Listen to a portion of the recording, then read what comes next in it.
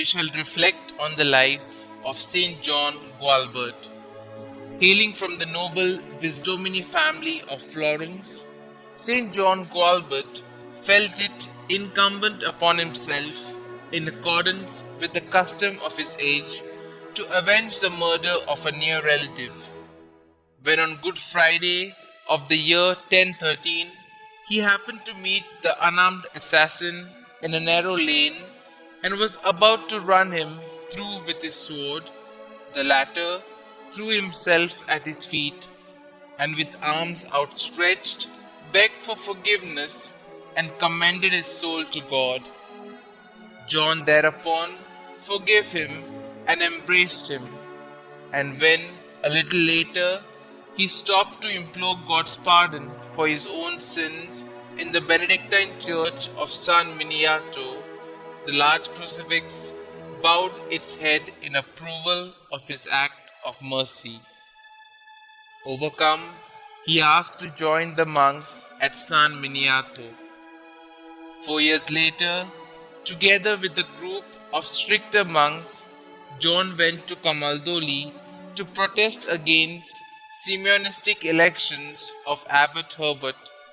He there lived for 21 years until in 1038 he founded at Vallombrosa a new monastery for those who, like himself, wished to lead a life of extraordinary austerity and penance.